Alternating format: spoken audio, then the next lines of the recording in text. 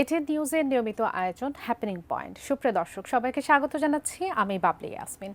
আমরা হ্যাপেনিং পয়েন্টে আলোচনা করে থাকি উল্লেখযোগ্য নির্দিষ্ট একটি বিষয়কে কেন্দ্র করে।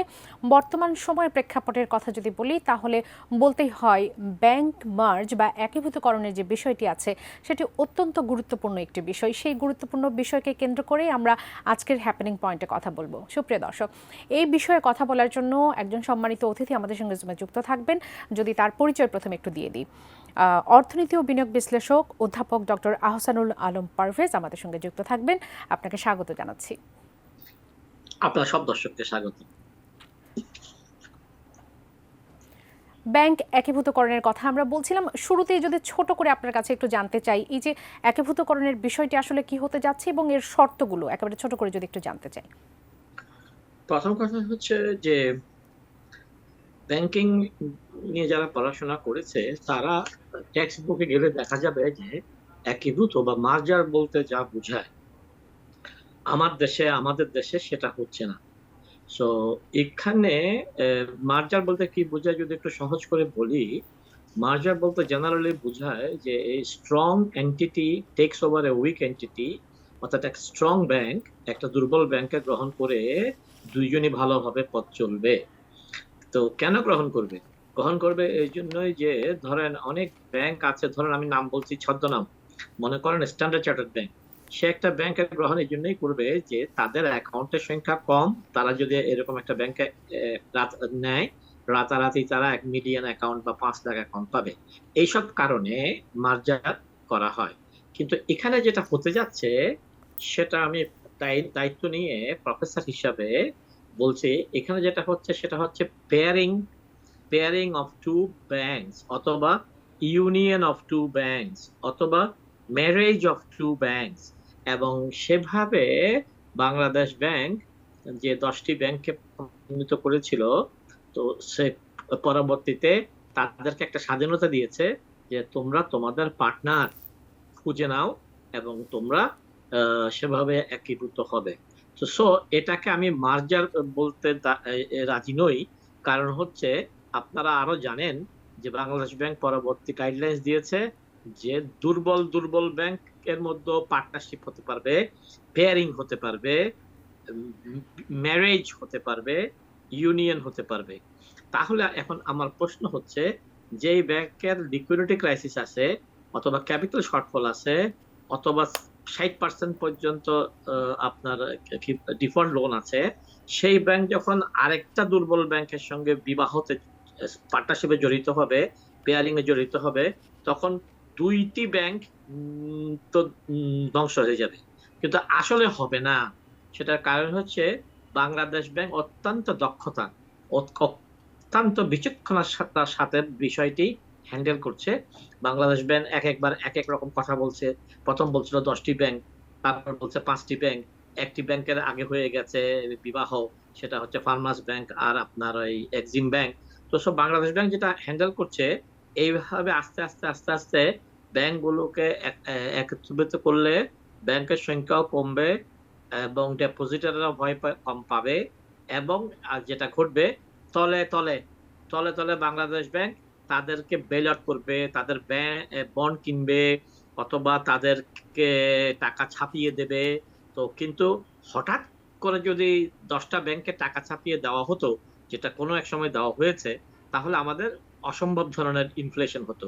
তাই আমি বাংলাদেশ ব্যাংক এখন যা করছে, অন্তত এটার একটি পজিটিভ দিক অর্থনীতির ছাত্র হিসাবে আমি বুঝি যে এটা ইনফ্লেশনারি ধাক্কাটা স্লোয়ার করবে। এটাই সংক্ষিপ্ত কথা। ধন্যবাদ। আরও একটি বিষয় নিয়ে একটু জানতে চাইবো, সেটি হচ্ছে যে দুর্বল ব্যাংক এবং সবল ব্যাংকের কথা বলছিলেন, এবং প্রায় 10টি ব্যাংক যদি বলি, তাহলে প্রায় 84,000 কোটি টাকার একটা দায়বদ্ধতা গুড ব্যাংকের দিকে যাচ্ছে। সরকারিভাবে যদি একটু বলি, যে সরকারি দিক থেকে এই যে কম্পেনসেশনটা, এটি আসলে কিভাবে সমন্বয় করা হবে? ফিসকাল বাজেট থেকে এটা করা হবে কিনা?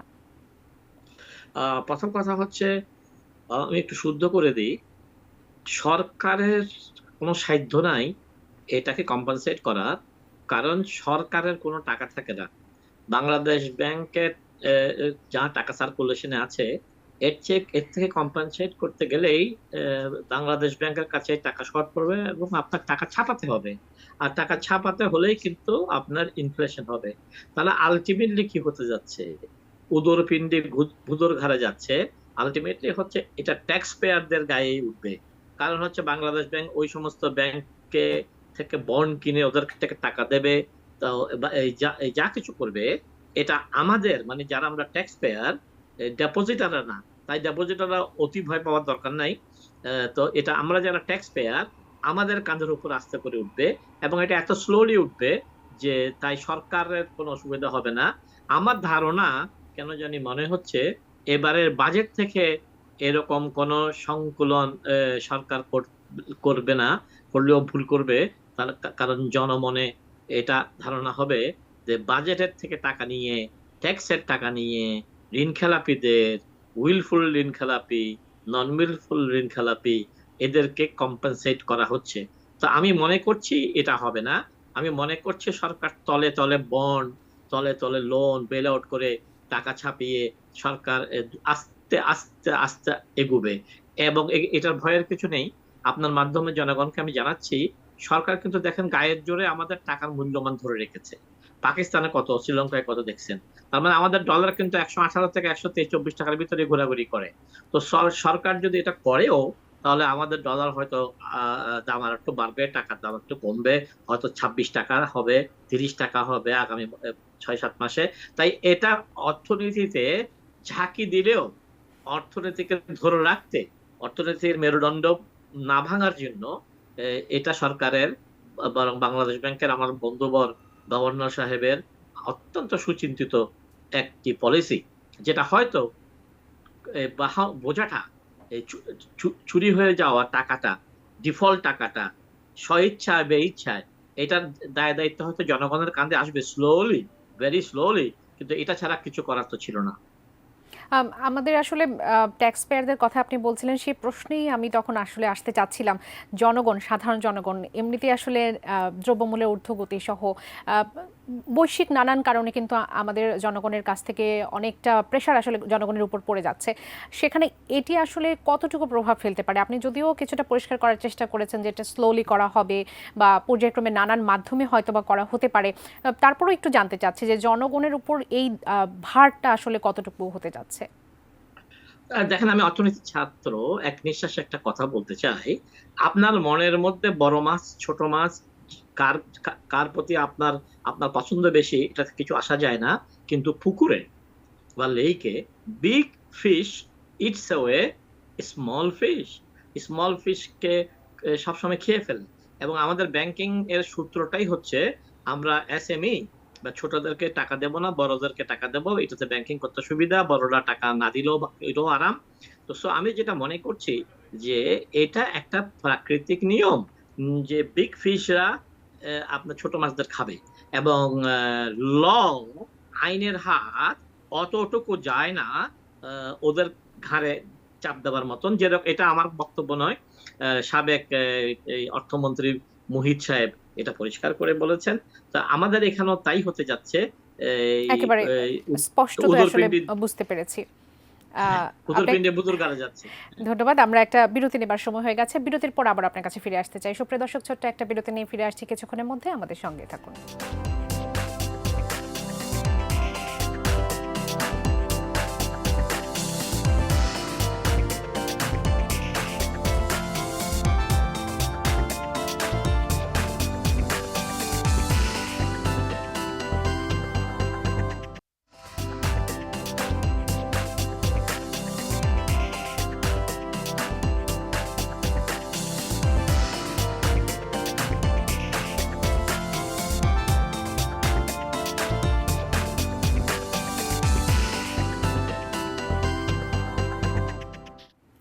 সুপ্রিয় দর্শক, বিরতির পর আরও একবার স্বাগত। আপনারা দেখছেন হ্যাপেনিং পয়েন্ট। হ্যাপেনিং পয়েন্টে আজ আমরা কথা বলছি ব্যাংক একীভূতকরণ, যেখানে হাজার কোটি টাকার দায় আসলে কার ঘাড়ে চাপছে সেই বিষয়টি নিয়ে আমরা আলোচনা করছি।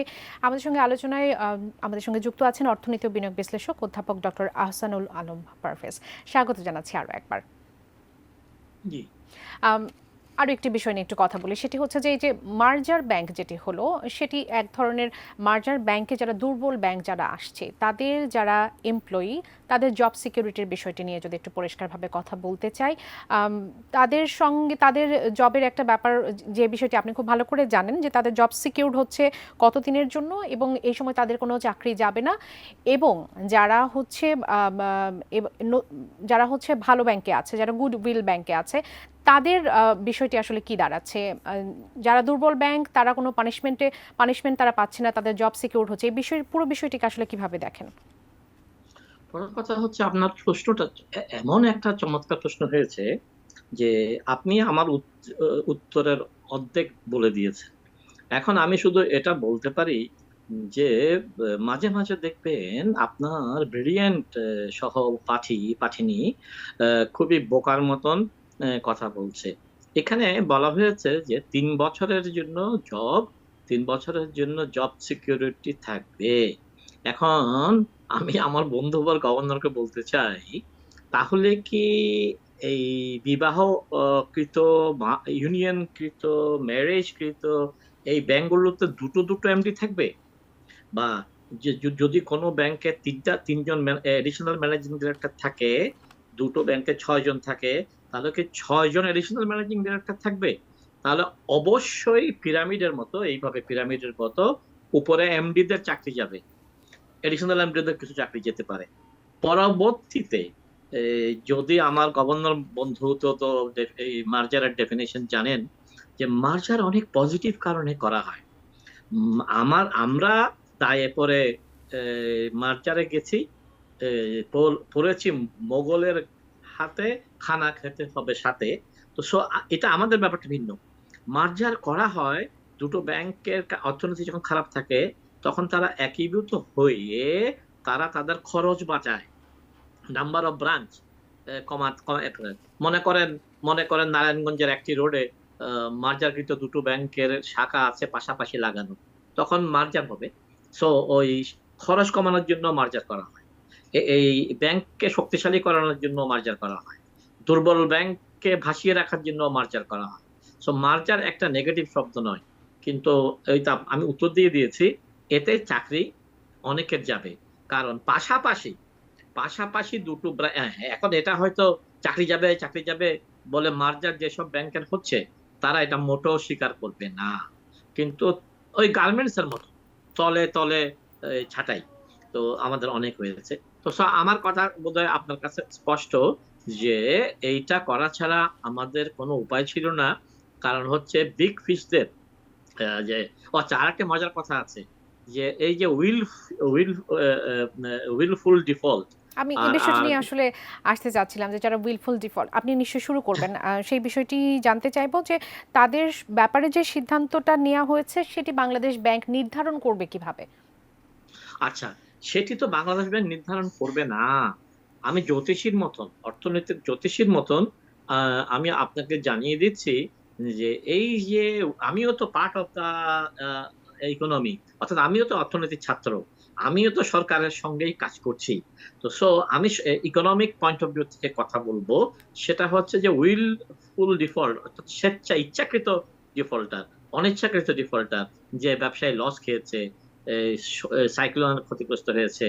কিন্তু আমাদের এখন পর্যন্ত বাংলাদেশ ব্যাংক মোটা দাগে সরকার বিরোধী কিছু ব্যবসায়ীদেরকে উইলফুল ডিফল্টার দেখিয়েছিল বেশ অনেকদিন আগে, কিন্তু সরকারের সাথে আমাদের সাথে যারা আছে, তো সেরকম উইলফুল ডিফল্টার 10 জনের নাম ঘোষণা করার সামর্থ্য, শক্তি, সাহস বাংলাদেশ ব্যাংকে নেই।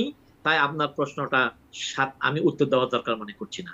কারো কোনো 1 ডজন উইলফুল ডিফল্টারের নাম সরকারপন্থী এটা ঘোষণা করার সাহস, শক্তি বাংলাদেশ ব্যাংকের নাই। Bangladesh bank can bark but not bite. আপনার কথার প্রেক্ষিতেই যদি আসি, যাদের উইলফুল ডিফল্টার আসলে নির্ধারণ করা হয়েছে সেটির ব্যাপারে আসলে কি ব্যবস্থা তারা নিতে যাচ্ছে, যাদের আসলে নির্ধারণ করা হয়েছে তাদের কথার প্রেক্ষিতেই যদি আসি, বা সেটা তারা শুধুমাত্র কি এটি, আপনি নিশ্চয়ই বুঝতে পারছেন। না না, শুধুমাত্র এটা রাজনৈতিক এটা বলা যাবে না। যারা অলরেডি জালে ধরা পড়েছে, সো উইলফুল ডিফল্টারদের ক্ষেত্রে বাংলাদেশ ব্যাংকের যে গাইডলাইন্স আছে যে তারা আর লোন পাবে না, তারা আপনার তাদের সিস্টার কনসার্নের নামেও লোন পাবে না। এখন ওই ওই আইনে সরকার পক্ষের ডিফল্টাররা পড়বে, বিরোধী পক্ষের ডিফল্টাররা পড়বে। কিন্তু আবার আমাদের বাংলাদেশ ব্যাংক এই এখন এই সব পক্ষের জন্য যে এই যে উইলফুল ডিফল্টারদের আর নন উইলফুল ডিফল্টারদের ক্ষেত্রে যে নতুন গাইডলাইন্স দিয়েছে, সেখানে কিছুটা শিথিলতা দেখা যাচ্ছে যে উইলফুল ডিফল্টার্সরাও 3 বছর ব্যাংকের মতন হাইবারনেশনে গিয়ে, যেহেতু ব্যাংকগুলো ব্যাংক হয়ে গেছে, তো এখানে দায়ী ধরা পড়ে গেছে ডাইরেক্টররা 3 বছরের জন্য ওয়ার্ল্ড ট্যুর করবেন এবং তারা এখান থেকে দায়ী মুক্তি পেয়ে যাবেন এবং তারা পরবর্তী 3 বছর পরে আবার এসে তারা তাদের চেয়ারে বসবেন। এরকমই একটি সিনারিও আঁকা যায়, কিন্তু আমি গ্যারান্টি দিয়ে বলতে পারছি না, কারণ আমি জ্যোতিষী নই। কিন্তু একজন অর্থনীতিবিদ হিসাবে আমি যখন কোনো কিছু আঁকবো, অর্থনৈতিক চিত্র আঁকি, এটাই আমার অঙ্কন, যে এটা উইলফুল ডিফল্টারদেরকে বেঁচে যাওয়ার জন্য, না ডিফল্টারদেরকে, উইলফুল ডিফল্টার না, ডিফল্টারদেরকে এক্সিট করার একটা সুযোগ। যারা করাপশনে, ব্যাংকের যে এমডি থেকে শুরু করে টপ ম্যানেজমেন্ট, যারা ডাইরেক্টরদেরকে সাহায্য করেছে দুর্নীতি করতে, তারাও বেঁচে যাবে। এটা তো এটা একটা অবস্থা, এটা সবার জন্য একটু ভালো হবে। শুধু ট্যাক্স পেয়ারদের ঘাড়ে 1 বছর 26 সাল পর্যন্ত বোধহয় ওয়ার্ল্ড ব্যাংকের একটা শর্ত দেওয়া আছে বা কিছু, যে 5% নিচে নিয়ে আসতে হবে আপনার ক্লাসিফাইড লোন। সেই যাত্রার দিকে বাংলাদেশ অর্থনৈতিকভাবে আগাচ্ছে। আমি আশা করি বাংলাদেশ সেটাতে সফল হবে, আর না হলে আমাদের আইএমএফ ওয়ার্ল্ড ব্যাংক থেকে লোন পাওয়া কঠিন হবে। 26 সাল পর্যন্ত ওই আপনাদের যখন বিয়ে হয়, আপনারা যেভাবে মেকআপ করেন সুন্দর হয়, এই 26 সালের মধ্যে আমাদেরকে আমাদের ব্যাংকিং কে সাজিয়ে সুন্দর করতে হবে, মেকআপ দিতে হবে, আপনার ক্লাসিফিকেশনটা 5% নিয়ে আসতে হবে আনটিল 26 সাল। একেবারে ছোট করে শেষের দিকে যেহেতু চলে এসেছি, ব্যাংকিং সেক্টরে ইন্টারন্যাশনালি আমাদের গ্লোবাল রেটিংটা আসলে অনেকটা খারাপ হয়ে গেছে। সেখান থেকে যে পদ্ধতিটা আসলে এখন ফলো করা হচ্ছে, এই মার্জারের যে বিষয়টি, সেটি আসলে কতটুকু সফল হবে বলে মনে করছেন, একেবারে ছোট করে জানতে চাইবো। আমার মনে হয় 75% সফল হবে, বিকজ এই এই- এই এই- এই অবস্থায় সরকার হঠাৎ করে কাউকে বেল আউট দিলে অর্থনীতির উপরে ভীষণ চাপ পড়ে। এই অবস্থায় বাংলাদেশ ব্যাংক যদি টাকা ছাপিয়ে দেয়, অর্থনীতির জন্য খুবই খারাপ হয়। মানে আপনি দেখবেন যে রাতারাতি ডলারের দাম 122-23 থেকে 142 হয়ে গেছে। তো আমি মনে করছি যে এটা, এই রোগটাকে, এই ব্যাংকিং ডায়রিয়া, সব ব্যাংক ডায়রিয়া হয়ে তার শরীরের পানি চলে গেছে, তার ক্যাপিটাল সে হারিয়ে ফেলেছে, তার লিকুইডিটি সে হারিয়ে ফেলেছে, ক্লাসিফাইড লোন আকাশ পরিমাণ হয়েছে। তো এই যে রোগ, এই ডায়রিয়া, ব্যাংকের ডায়রিয়া রোগের একটি চিকিৎসা এটা, যেটা হচ্ছে। এবং আমি আশাবাদ করতে পারি যে যদি সরকার এটা অত্যন্ত স্বচ্ছতার সাথে করার চেষ্টা করে, কিছুটা ভালো ফল দেবে। আপনাকে অসংখ্য ধন্যবাদ আমাদের এই আজকের এই আয়োজনে যুক্ত হবার জন্য। নিশ্চয়ই আবারও আপনাকে আমরা যুক্ত করতে পারবো। আপনার দর্শককে সালাম, শুভেচ্ছা। সুপ্রিয় দর্শক, হ্যাপেনিং পয়েন্টের আমাদের আজকের আয়োজন এই পর্যন্তই। আগামী পর্ব দেখার আমন্ত্রণ জানিয়ে আজ এখান থেকে বিদায় নিচ্ছি। ধন্যবাদ এতক্ষণ সাথে থাকার জন্য।